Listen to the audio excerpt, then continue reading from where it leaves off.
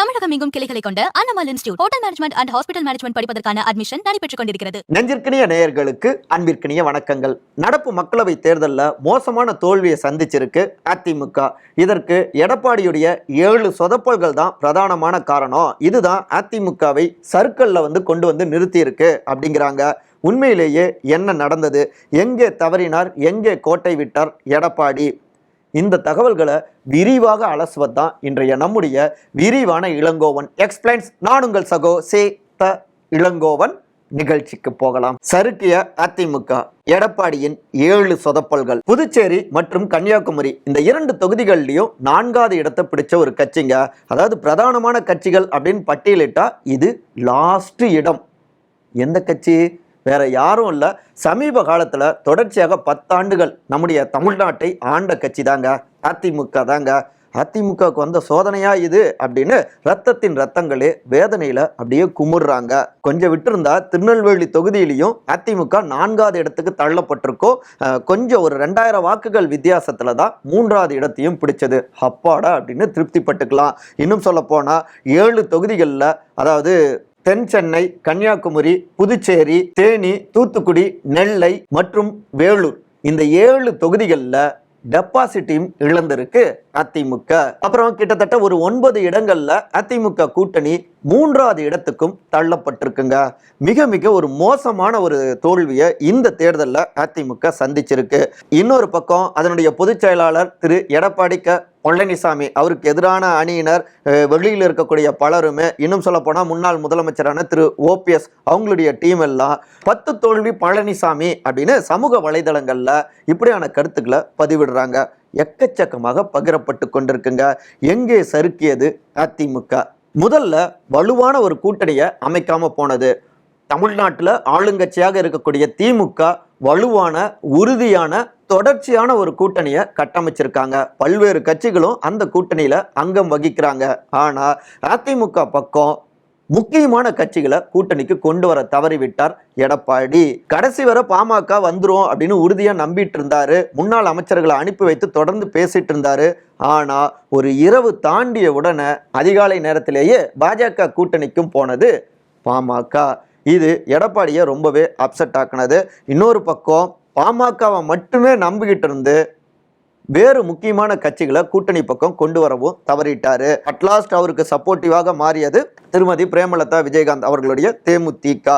அதுதான் அவங்களுக்கு விருதுநகர் தொகுதியிலையும் கூட நல்ல வாக்குகளை, கிட்டத்தட்ட ஒரு குறைந்த 1000 வாக்குகள் வித்தியாசத்துல தான் வெற்றி வாய்ப்பையும் இழந்தாரு திரு விஜய் பிரபாகரன். ஸோ இப்படிப்பட்ட முக்கியமான பல்வேறு கட்சிகளையும் தங்கள் கூட்டணி பக்கம் கொண்டு வந்திருந்தா அது ஆளும் திமுகவை வீழ்த்த உதவியா இருந்திருக்கும். எப்பவுமே ஒரு பிரதான கட்சியுடைய பெருமைகளை அவங்க இந்த விஷயங்கள்லாம் செய்வாங்க அப்படிங்கிறத அந்த கட்சியினர் சொல்வதை விட கூட்டணி கட்சி தலைவர்கள் சொல்றப்பதான் மக்கள்கிட்ட ஒரு நம்பிக்கை கிடைக்கும். இப்ப திமுக கூட்டணியை பொறுத்த வரைக்கும் விடுதலை சிறுத்தைகளுடைய திரு திருமாவளவன், அப்புறம் காங்கிரஸ் கட்சியுடைய தலைவர்கள், இன்னொரு பக்கம் மதிமுகவுடைய திரு வைகோ, அப்புறம் 2 இடதுசாரிகள், இவங்க தொடர்ந்து திமுகவுடைய சாதனைகள், மக்களுக்கு இதெல்லாம் செஞ்சு கொடுப்பாங்க அப்படின்னு பரப்புரை செய்தது மக்கள்கிட்ட எடுபட்டிருக்கு. நம்மளுடைய இலக்கு டார்கெட் பிஜேபி, அதை உடைச்சே தீரணும் அப்படின்னு தொடர்ந்து பரப்புரை செஞ்சாங்க. அதுதான் 40க்கு 40 திமுக கூட்டணிக்கு வெற்றியை கொடுத்தது. இதை எல்லாம் தவறிவிட்டார் எடப்பாடி. இரண்டாவதாக பாஜகவை கூட்டணியிலிருந்து கலற்றி விட்டது. 2026 சட்டமன்ற தேர்தலில் உதவிகரமாக இருக்கும். சிறுபான்மையினருடைய வாக்குகளை இந்த பக்கம் கொண்டு வரணும். ஏன்னா இதற்கு முன்பு பாஜக கூட்டணியில் இருந்ததால தான் சிறுபான்மையினருடைய நம்பிக்கை இழந்து விட்டோம். அப்படியெல்லாம் காரணங்கள் சொல்லப்பட்டு பாஜக கூட்டணியிலிருந்து கலற்றி விடப்பட்டது. அப்புறம் அதனுடைய தலைவர் திரு அண்ணாமலை தொடர்ந்து அதிமுகவை சீண்டிக்கிட்டே இருந்தார். அதனாலையும் பாஜகவை கூட்டணியிலிருந்து நீக்கினாங்க. ஓகே, ஆனால் அவை எல்லாமே தேர்தலில் முடிவுகளில் ஒர்க் அவுட் ஆனதா அப்படின்னு பார்த்தா பெரிய கேள்விக்குறிதான். நிச்சயம் முழுமையாக ஒர்க் அவுட் ஆகியிருக்கும். ஆனால் எங்கே தவறுனாங்க அப்படின்னா, சிறுபான்மையினருடைய முழுமையான நம்பிக்கையை பெறக்கூடிய வகையில் பரப்புரையை கட்டமைக்கல எடப்பாடி. அங்கொன்றும் இங்கொன்றுமாக மாஜி அமைச்சர்கள் பாஜகவை கடுமையாக அட்டாக் செஞ்சாங்க. ஆனால் மறந்தும் கூட பாஜகவுக்கு எதிராக திரு நரேந்திர மோடி அவருக்கு எதிராக வாய் திறக்கவில்லை எடப்பாடி. அப்படியே ரொம்ப மென்மையாக பதமாக அப்படியே லைட்டா பாஜகவை தொட்டுட்டு போனார். ஒரு சில இடங்கள்ல மட்டும் பரப்புரையில் எடப்பாடி. இவை எல்லாமே திமுக கூட்டணி தொடர்ந்து பாஜகவுடைய பி டீம் தான் ADMK அப்படின்னு செய்த பரப்புரைக்கு தான் சப்போர்ட்டா மாறினது. இது இது 2ங்க. மூன்றாவதாக பாஜக கூட்டணி பலமான கூட்டணியாக மாறியது. பாமக அவங்களுடைய கூட்டணியில சேர்ந்தாங்க. இன்னொரு பக்கம் திரு ஜான் பாண்டியன் அப்புறம் பல்வேறு கட்சிகளும் அவங்க பக்கம் இணைஞ்சாங்க. இதுல பெரும்பாலான கட்சிகள் அதிமுக கூட்டணியில இதற்கு முன்பு இருந்த கட்சிகள். சோ புதிய பலத்தையும் அதிமுக கொண்டு வரல, இருந்த பலத்தையும் அதிமுக இழந்து விட்டது. பிரதான வலிமையான எதிரியுடைய கூட்டணியும் உடைச்சி அவங்களுடைய பலத்தை குறைக்கவும் அதிமுக தவறிட்டது. அதாவது விடுதலை சிறுத்தைகள் உள்ளிட்ட பல்வேறு கட்சிகளையும் திமுக கூட்டணியில இருந்து அதிமுக எதிர்பார்த்தது. அந்த நகர்வுகளும் பெருசா எடப்பாடிக்கு ஒர்க் அவுட் ஆகலைங்க. அதனால பாஜக கூட்டணியில பாமகவும் இருந்ததால பல்வேறு தொகுதிகளிலும் அதிக அளவுல வாக்குகளையும் பாஜக கூட்டணி பெற்றது. ஏற்கனவே திமுக பிரதானமான எதிர்க்கட்சியே வலிமையான எதிர்க்கட்சியே பாஜக தான் அப்படின்னு அதனுடைய தலைவர்கள் பதிவு செஞ்சிட்டு இருக்காங்க. இப்ப கிடைத்த வாக்குகள் அதற்கு வலு சேர்க்கிற மாதிரி இருந்திருக்குங்க. ஒரு சின்ன உதாரணம், மதுரை, தேனி, ராமநாதபுரம், கோவை உள்ளிட்ட முக்கியமான தொகுதிகளில் பாஜக 2வது இடத்தையும் பிடிச்சதுங்க. அதனுடைய கூட்டணி அங்கெல்லாம் அதிமுக 3வது இடத்துக்கும் தள்ளப்பட்டது. 4வதாக வேட்பாளர்கள் தேர்வு. மறைந்த முன்னாள் முதலமைச்சரான செல்வி ஜெயலலிதா அவர்கள் நிறைய புதியவர்களை, அதிகம் மக்கள் கிட்ட பரிச்சயம் இல்லாத, அறிமுகம் இல்லாதவர்களை கூட வேட்பாளராக நிறுத்தி வெற்றியும் பெற்று இருக்காங்க. அதற்கு காரணம் ஜெயலலிதா அவர்கள் தனித்த ஆளுமையாக, செல்வாக்கு மிக்க, பலம் பொருந்திய ஒரு தலைவராக மக்கள் மனசுலையும் இடம் பிடிச்சிருந்தாங்க. அதனால அவங்க யாரை நிறுத்தினாலும் அவங்களுக்காக வாக்குகள் விழுந்திருக்கு. எடப்பாடி அவர்களை பொறுத்த வரைக்கும் தனிப்பெரும் தலைவராக, மக்களுடைய மனதில் முழுமையாக இடம் பிடித்த ஒரு தலைவராக இன்னும் அவர் மாறவில்லை. அதற்கு இன்னும் காலம் எடுக்கும். அதற்குள்ளாரியே நிறைய புதிய வேட்பாளர்களை, மக்கள்கிட்ட அறிமுகம் இல்லாத வேட்பாளர்களை தேர்வு செஞ்சாரு. அது தேர்தல் நேரத்தில் அதிமுகவுக்கு எதிராகவும் மாறி இருக்கு.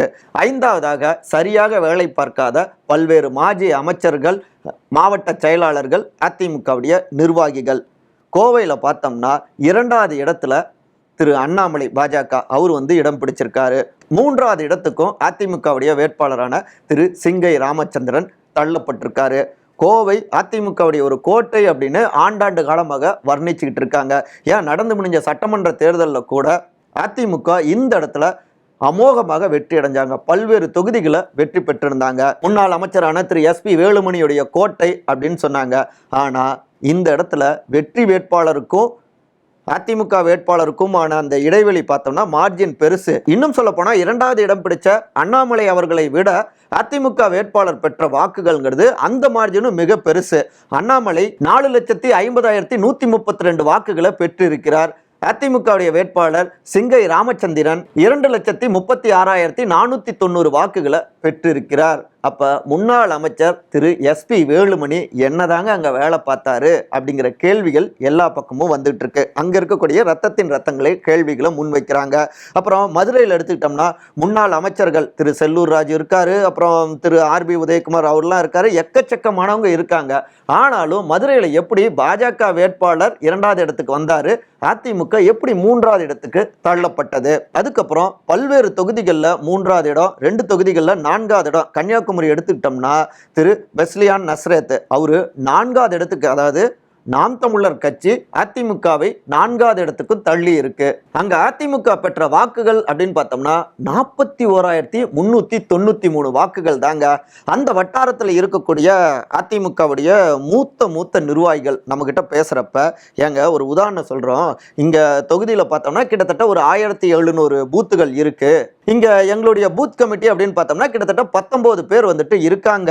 அவங்க வீட்டுல அவங்க இணையர் மனைவி அவங்கள கூட்டு வாக்களிக்க வச்சிருந்தா கூட, அந்த 2 பேர் ஓட்டு போட்டிருந்தா கூட கிட்டத்தட்ட ஒரு 50,000 வாக்குகளை கடந்திருக்க முடியும். அவங்க குடும்பத்தினர் வாக்களிச்சிருந்தா கூட அந்த நல்ல டிஜிட் 1 லட்சத்தை கடந்திருக்கலாம்.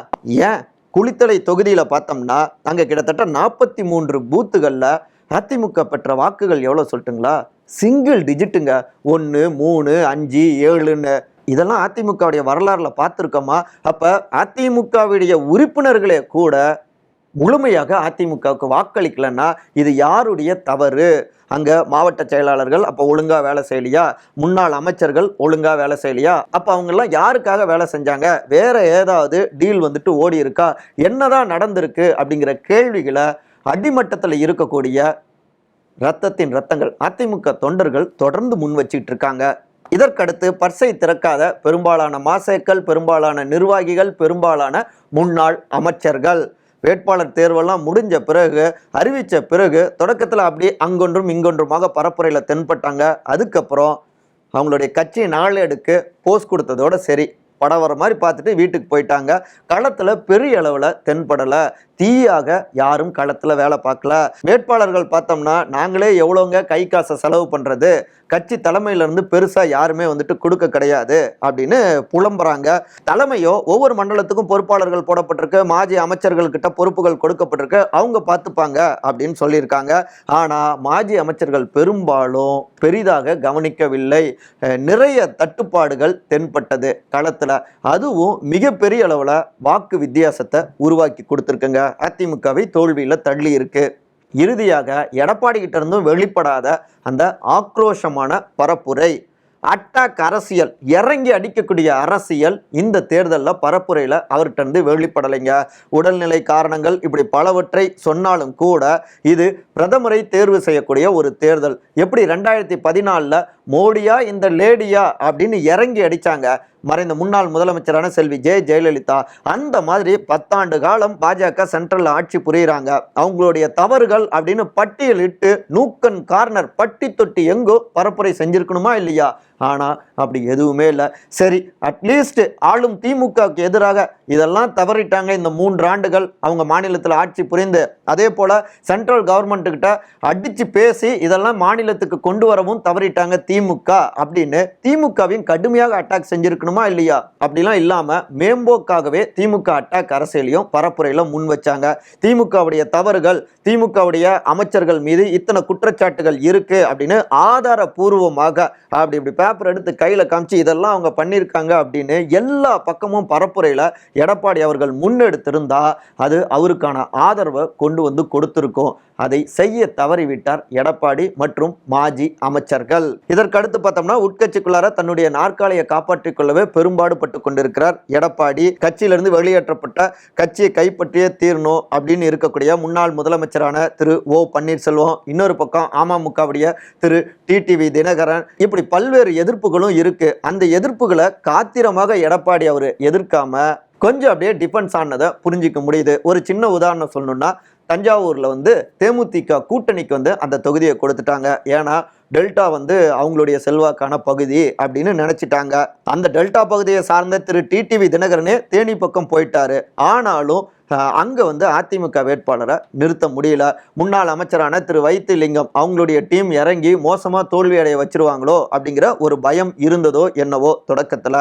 அங்கேயும் பார்த்தோம்னா பாஜகவுடைய வேட்பாளர் திரு கருப்பு முருகானந்தம் கணிசமான வாக்குகளை பெற்றிருக்கிறார். சரி, கட்சி நாற்காலியை கைப்பற்றுவதில் வெற்றி அடைஞ்சாலும் மக்கள்கிட்ட வாக்குகளை பெறுவதில் தன்னுடைய போட்டியாளர்களை தோற்கடிச்சிருக்கணுமா இல்லையா?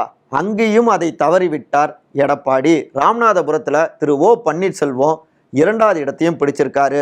அதிமுகவுடைய திரு ஜெயபெருமாள் வேட்பாளர் 1,00,000 வாக்குகளை கூட தொடலைங்க, 3வது இடத்துக்கும் தள்ளப்பட்டிருக்காரு. தேனி எடுத்துப்போம், அங்க அதிமுக வேட்பாளர் திரு வி.டி. நாராயணசாமி 1,55,587 வாக்குகளை மட்டும்தான் அவர் பெற முடிஞ்சது. 3வது இடத்துக்கும் தள்ளப்பட்டாரு. இத்தனைக்கும் தேனி அதிமுக வென்ற ஒரு தொகுதிங்க முந்தைய தேர்தலில். சரி, அங்கே தான் போட்டி வந்துருச்சு, பிரிஞ்சிட்டாங்க. அப்போ இன்னும் இறங்கி வலுவான வேட்பாளரை போட்டு அந்த தேனியை தன்வசப்படுத்தியிருக்கணுமா இல்லையா? பாருங்க, நீங்கள் இல்லைனாலும் அந்த தொகுதியை நாங்கள் வெற்றி அடைய வச்சிருக்கோம் அப்படின்னு ஓபிஎஸ் அவங்களுடைய டீம் கிட்ட காட்டுற மாதிரி வேலை பார்த்துருக்கணுமா இல்லையா? அவ எல்லாவற்றையும் செய்ய தவறிட்டாங்க. ஏன், தேனி தொகுதியை அதிமுகவில் இருக்கக்கூடிய முக்கியமான பலருமே வேணான்னு ஒதுக்கிட்டாங்க. அதே போல் வேணான்னு சொன்ன ஒருத்தரை சட்டமன்ற தொகுதியில் ஒன்று கொடுங்கன்னு கேட்டுட்டு இருந்த ஒருத்தரை கூட்டு வலுக்கட்டாயமாக தேனியில நிறுத்தினாங்க. அதற்கான பலன் அதிமுக 3வது இடத்துக்கும் தேனியில தள்ளப்பட்டிருக்கு. அப்ப சவுத்துல எடப்பாடி அவர்களுடைய டீமுக்கு செல்வாக்கு இல்லை, அவரு ஒரு குறிப்பிட்ட சமூகத்தினரை புறக்கணிக்கிறார் அப்படின்னு ஓபிஎஸ் டீமோ திருமதி வி.கே. சசிகலாவுடைய டீமோ திரு டிடிவி தினகரனுடைய டீமோ தொடர்ந்து ஒரு பரப்புரையை முன்வைக்கிறாங்க இல்லையா? அவை எல்லாவற்றுக்கும் வலு சேர்க்கிற மாதிரி தான் இந்த காட்சிகள் எல்லாமே இருக்கு. ஸோ இப்படியாக பல்வேறு சொதப்பல்களை, பல்வேறு சறுக்கல்களை செய்திருக்கிறார், சந்தித்திருக்கிறார் திரு எடப்பாடி. இப்ப மீண்டும் 3வது முறையாக பாஜக ஆட்சி பொறுப்புக்கு, அவங்க கூட்டணி ஆட்சிக்கு வருவதற்கான வாய்ப்புகள் இருக்கு. இந்த 2 ஆண்டுகள் இன்னும் கடுமையானதாக அதிமுகவுக்கு இருக்கலாம். கண் கலங்குகிறேன், உங்களுக்காக உண்மையாக உழைப்பேன் அப்படின்லாம் இப்ப பேசியிருக்காரு. உண்மையில அதிமுகவினர் எதிர்பார்க்கிறது தீர்க்கமான முடிவு, இறங்கி அடிக்கக்கூடிய அந்த முடிவுகள், எது வந்தாலும் பார்த்துக்கலாம் அப்படின்னு களத்தில் எல்லா பக்கமும் தென்படுகின்ற அந்த சூறாவளி பரப்புரை, சூறாவளி பயணம், இவை எல்லாமே தான் ரத்தங்களுடைய ரத்தங்களில் இன்னும் ஒரு உத்வேகத்தை கொடுக்கும். 2026க்கு சப்போர்ட்டிவாக மாறணும்னா இறங்கி அடிக்கணும் அப்படிங்கிறாங்க கூர்ந்து கவனித்து கொண்டிருக்கிற அரசியல் விமர்சகர்கள். சாதித்தாரா சறுக்கினாரா எடப்பாடி 2024 ரிசல்ட் அப்டேட்ஸ். இன்னொரு பக்கம் 11 தொகுதிகளில் பாஜக 2வது இடத்தை பிடிச்சிருக்கு. அதிமுகவும் பாஜகவும் கூட்டணியில் இருந்திருந்தா கிட்டத்தட்ட 17 தொகுதிகள் வரை வெற்றி பெறுவதற்கான வாய்ப்புகள் இருந்திருக்கும் அப்படின்னும் சில தகவல்கள் சொல்லப்படுதுங்க. ஒரு உதாரணமாக சொல்லணும்னா கோவையை எடுத்துக்கிட்டோம்னா திமுகவுடைய திரு கணபதி ராஜ்குமார் 5,68,200 வாக்குகளை பெற்றிருக்கிறார். அண்ணாமலையும் ராமச்சந்திரனும் பெற்ற வாக்குகளை கூட்டினோம்னா அது திமுக பெற்ற வாக்குகளை விட அதிகம் வருது அப்படின்னு சொல்றாங்க. நாமக்கல் எடுத்துக்கிட்டாலும் குறைந்த வாக்குகள் வித்தியாசத்துல தான் தோல்வி அடைஞ்சது அதிமுக. அங்கேயும் பாஜக கூட்டணி அமைஞ்சிருந்தா வெற்றி பெற்று இருக்கலாம் அப்படின்லாம் சொல்லப்படுது. அப்புறம் பாமக அதிமுக கூட்டணியில் சேர்ந்திருந்தா பல்வேறு தொகுதிகளில் அதிமுக வெற்றி அடைஞ்சிருக்கும் அப்படிங்கிறாங்க திரு எடப்பாடியுடைய நெருக்கமான ஆதரவாளர்கள். உதாரணமாக சேலம் தொகுதி எடுத்துக்கிட்டோம்னா திமுகவுடைய சீனியரான திரு TM செல்வகணபதி வெற்றி அடைஞ்சிருக்காரு. அங்கே திரு அசோகன் அப்படின்னு ஒரு புதியவரை இளைஞரை வேட்பாளராக அறிமுகம் செஞ்சாரு எடப்பாடி. ஆனால் அவரே கிட்டத்தட்ட 4,78,901 வாக்குகளை அவர் பெற்று இருக்கிறாருங்க. அதே நேரத்தில் அங்கே பாமகவுடைய வேட்பாளரான திரு அண்ணாதுரை 1,22,110 வாக்குகளையும் பெற்றிருக்கிறார். இங்க TMS பெற்ற வாக்குகள் அப்படின்னு பார்த்தோம்னா 5,46,472 வாக்குகள்ங்க. இப்ப அதிமுக பாமகவையும் கூட்டினா திமுகவை அங்க ஈஸியா தோற்கடிச்சிருக்கலாம். இப்படியாக வட மாவட்டங்கள்ல கணிசமான தொகுதிகளை அதிமுக வெற்றி அடைஞ்சிருக்கும் கூட்டணி அமைஞ்சிருந்தா அப்படின்னு ஒரு கருத்து சொல்லப்பட்டு கொண்டிருக்கு. இன்னொரு பக்கம் பார்த்தோம்னா இல்லைங்க, பாஜக கூட்டணியில இல்லாததால தான் அதிமுகவுக்கு இந்த அளவுக்கு வாக்குகள் கிடைச்சிருக்கு.